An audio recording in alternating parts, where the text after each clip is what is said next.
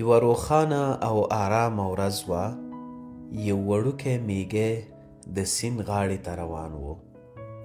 د اوږده مزل نه وروسته تږی شو، نو ټیټ شو چې د سیند له خوږو اوبو یو څو څاڅکي اوبه وڅښي. خو چې اوبو ته ټیټ شو، ناڅاپه یې پښه وښویده او اوبو ته ولوېد. میږي کوښښ پیل کړ چې لاسونه او پښې ووهي چې په اوبو کې ډوب نشي. خو د میږي لامبو نه وه یاده او ورو ورو په ډوبېدو شو. دې وخت کې یوه مهربانه کوتره په اسمان کې آرامه الوتله چې ناڅاپه یې اوبو ته پام شو چې میږی په اوبو کې لوېدلی او ورو ورو په ډوبېدو دی. مهربانه کوترې یوه لحظه هم ضایع نه کړه او زر د یوې نږدې ونې پر خوا ولاړه. یوه شنه پاڼه یې راوشکوله او په نرمۍ سره یې د میږي څنګ ته په اوبو کې وغورځوله. پاڼه ورو ورو د میږي څنګ ته راغله.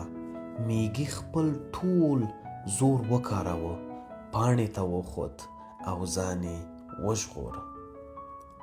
د مهربانه کوترې ته پورته وکتل، مسکی شو او ویې ویل: مننه مهربانه کوترې، ستا دا کومک به زما هیر نشي.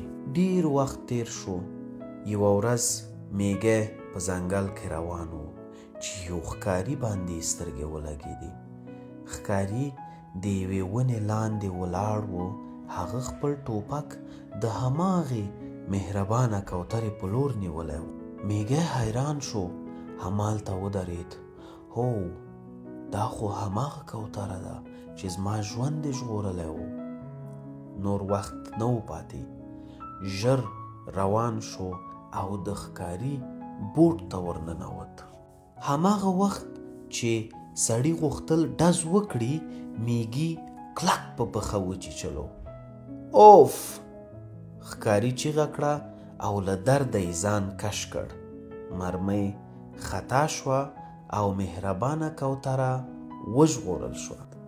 اسمان بیا روښانه شو، فضا آرامه شوه. مهربانه کوترې له پاسه میږي ته وکتل او وزر یې ور وښوراوه. میږی د یو کاڼي پر سر ولاړ و، خوشحاله او مسکی و. لاس یې هم ورته ښوراوه، ځکه نیکي بیرته نیکي راولي.